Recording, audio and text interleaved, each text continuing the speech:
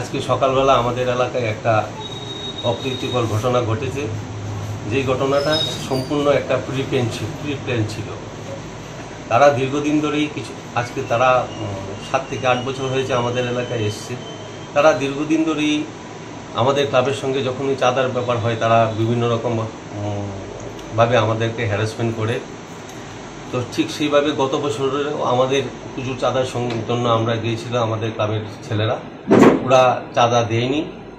তো এইবারও যেহেতু এলাকার মধ্যে বাড়ি, প্রত্যেকে আমরা তো কোনো বাড়ি বাদ দিই না, প্রত্যেকের বাড়ি যে চাঁদা দেয় তাদের কাছেও যেতে হয়, যে না দেয় তাদের কাছেও যেতে হয়। আর যারা যেরকম দেয় তাদের কাছ থেকে আমরা সেই পরিমাণেই চাঁদা আনি। উদীচী ক্লাবের দীর্ঘ ইতিহাসে এরকম কোনো রেকর্ড নেই যে কারো এই এলাকাতে কোনোদিন কারোর সঙ্গে চাঁদার জন্য অন্তত জুলুমবাজি করছে। উদীচী ক্লাব দীর্ঘদিন সামাজিক কাজের সঙ্গে জড়িত এবং এই প্রত্যেক পুজোর প্রাক মুহূর্তে সমস্ত গরিব এলাকাবাসী যারা আছে তাদেরকে বস্ত্র বিতরণ থেকে আরম্ভ করে আমরা সহযোগিতা করি। আমাদের পূজা সেরকম বড় হয় না, আমাদের পূজার পরিমাণও সীমিত, আর সেই সীমিত অনুযায়ী মধ্যে আমরা পুজোটা সম্পূর্ণ করি।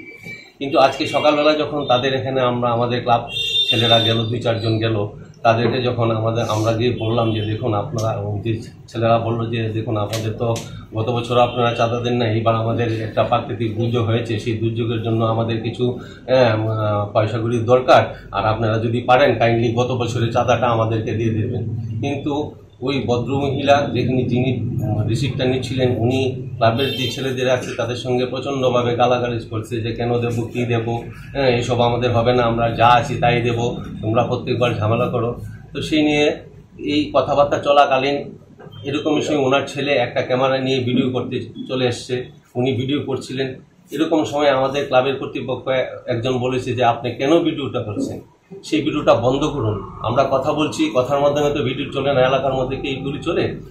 তো ইন দি মিন টাইম এই কথা বলার সঙ্গে সঙ্গে যখন আমার কানে যখন আসলো, আমি যখন ওইদিকে ওই জায়গাতে যাচ্ছি, যাওয়ার সঙ্গে সঙ্গে যে বলছি এগুলি করা ভালো না, সঙ্গে সঙ্গে ওদের 2 ছেলে আমার উপর আক্রমণ ঝাঁপিয়ে পড়লো। বুঝলাম না কি ব্যাপার, কেন কি ঝাঁপিয়ে পড়লো।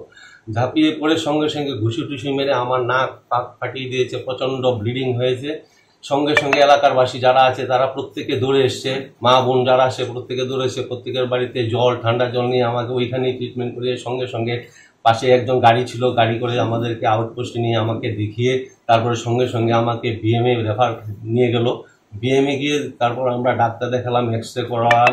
উনি ডাক্তারবাবু বললেন যে আমার নাক ফেটে গেছে, সেটাকে অপারেশন করতে হবে। শনিবারে যেতে বলেছে, বুধবার দিন তারা অপারেশন করবে বলেছে।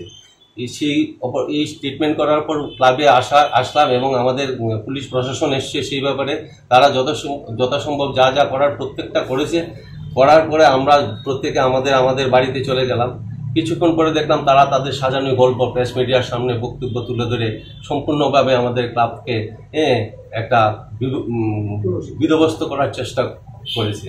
সেই প্রতিবাদে আমরা সমস্ত এলাকাবাসী আমরা প্রেস মিডিয়া এবং প্রত্যেকের কাছে অনুরোধ রাখবো তাদের বিভ্রান্তিতে যেন পা না দিয়ে সহযোগিতা আমাদের সঙ্গে সহযোগিতার হাত বাড়িয়ে আমাদেরকে পুজো এবং পুজোকে সফলমণ্ডিত করার জন্য আমাদেরকে সহযোগিতা করবে। এই বলে আমি আমার বক্তব্য শেষ করছি। তাদের বাড়িতে আমরা যাওয়ার উদ্দেশ্য তো এই যে বন্যা, যে আমাদের যে এই বছর যে আমাদের যে পরিকাঠামো, যে বন্যা বা এই যে অসুবিধা হয়েছে সেই, এবং আমাদের পুজোর চাঁদা, পাশাপাশি শারদীয় পুজোর চাঁদা, সব ব্যাপারেই আমাদের ওই এক রিসিটের মধ্যেই আমাদের চলে আসে। তো সেই প্রত্যেক এলাকাতে আমাদের রিসিট দিই। তো সেই সিস্টেম মতোই ওদের কাছে যখন চাঁদাটা দিতে গেলাম তখনই ওদের সঙ্গে আমাদের বিভ্রাট, পাড়ার যে ছেলেরা আছে ওদের সঙ্গে তারা হইচই শুরু করে দিল। সেটা নিয়েই শুরু হয়ে গেল তাদের অভিযোগ যে আপনারা চাঁদাটা নিয়ে নাকি আপনারা তাদের উপরে আক্রমণ বা তাদের উপরে। দেখুন ওদের সম্পূর্ণটা ওরা প্রি প্ল্যান ছিল, তারা মোবাইল নিয়ে রেডি ছিল। দেখুন ওদের ফুটেজগুলি লক্ষ্য করলে দেখবেন আমরা কিন্তু কখনো ওই যে ফুটেজের মধ্যে আমাদের ছেলেদের কোনো গলা নেই, সব তাদের হইচই, তাদের 2 ভাই, তাদের মা, তাদের বাড়ির যারা আছে তাদের হইচই। আমাদের কিন্তু ওই ফুটেজে কোনো হইচই নেই, এবং তারাই সম্পূর্ণভাবে আমাদেরকে যে টর্চার করেছে সেই ভিডিওটা তো তারা করেনি, দেখায়নি। আচ্ছা, এখন তো তাদের সম্পূর্ণটাই প্রি প্ল্যান ছিল যে আমাদেরকে অপদস্থ করাই তাদের প্রি প্ল্যান ছিল, এবং তারা সেই প্ল্যান অনুযায়ী তারা তাদের কাজ সাকসেস করেছে এবং আমাদেরকে বদনাম করার জন্য সম্পূর্ণভাবে তাদের যা প্রচেষ্টা তারা সম্পূর্ণ করেছে। এফআইআর কতজন নামে করেছেন এবং তাদের নামগুলি কি কি? এফআইআর করেছি তাদের যে একটু পড়েছো না, প্রেস মিডিয়াকে আমাদের উন্নতি ক্লাবের পক্ষ থেকে শারদীয়ার অভিনন্দন। আর সেই অভিনন্দনের সঙ্গে খুব দুঃখকর ঘটনা একটা, যেটা আপনাদের কাছে আমরা আজকে ভুল প্রকাশ করতে বাধ্য হচ্ছি। সেটা হচ্ছে আজকে সকালবেলা আমাদের এলাকায় একটা অপ্রীতিকর ঘটনা ঘটেছে। যেই ঘটনাটা সম্পূর্ণ একটা প্রি প্ল্যান ছিল। তারা দীর্ঘদিন ধরেই আজকে তারা 7 থেকে 8 বছর হয়েছে আমাদের এলাকায় এসছে।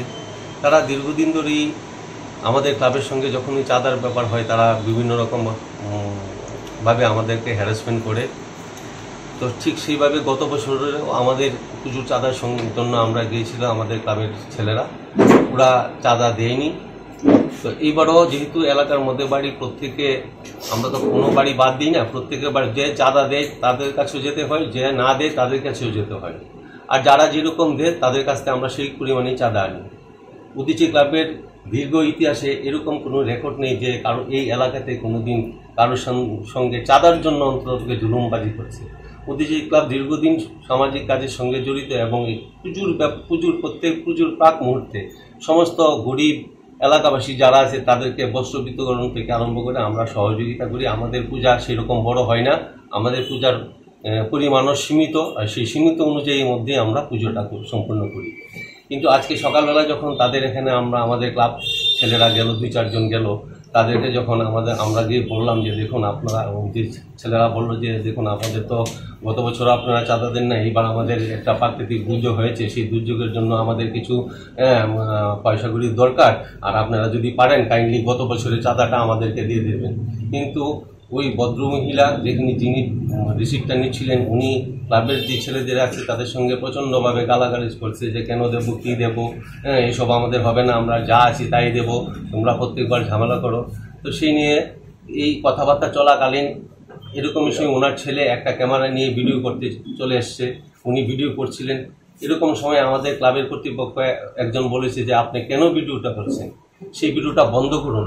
আমরা কথা বলছি, কথার মাধ্যমে তো ভিডিও চলে না, এলাকার মধ্যে কি এইগুলি চলে? ইন দি মিন টাইম এই কথা বলার সঙ্গে সঙ্গে যখন আমার কানে যখন আসলো, আমি যখন ওইদিকে ওই জায়গাতে যাচ্ছি, যাওয়ার সঙ্গে সঙ্গে যে বলছি এগুলি করা ভালো না, সঙ্গে সঙ্গে ওদের 2 ছেলে আমার উপর আক্রমণ ঝাঁপিয়ে পড়লো। বুঝলাম না কি ব্যাপার, কেন কি ঝাঁপিয়ে পড়লো। ঝাঁপিয়ে পড়ে সঙ্গে সঙ্গে ঘুষি টুসি মেরে আমার নাক পাক ফাটিয়ে দিয়েছে, প্রচণ্ড ব্লিডিং হয়েছে। সঙ্গে সঙ্গে এলাকার বাসী যারা আছে তারা প্রত্যেকে দৌড়ে এসছে, মা বোন যারা আসে প্রত্যেকে দৌড়ে এসে প্রত্যেকের বাড়িতে জল, ঠান্ডা জল নিয়ে আমাকে ওইখানেই ট্রিটমেন্ট করিয়ে সঙ্গে সঙ্গে পাশে একজন গাড়ি ছিল, গাড়ি করে আমাদেরকে আউটপোস্টে নিয়ে আমাকে দেখিয়ে তারপরে সঙ্গে সঙ্গে আমাকে বিএমএ রেফার নিয়ে গেল। বিএমএ গিয়ে তারপর আমরা ডাক্তার দেখালাম, এক্সরে করালাম। উনি ডাক্তারবাবু বললেন যে আমার নাক ফেটে গেছে, সেটাকে অপারেশন করতে হবে। শনিবারে যেতে বলেছে, বুধবার দিন তারা অপারেশন করবে বলেছে। এই ট্রিটমেন্ট করার পর ক্লাবে আসলাম এবং আমাদের পুলিশ প্রশাসন এসছে সেই ব্যাপারে। তারা যথাসম্ভব যা যা করার প্রত্যেকটা করেছে।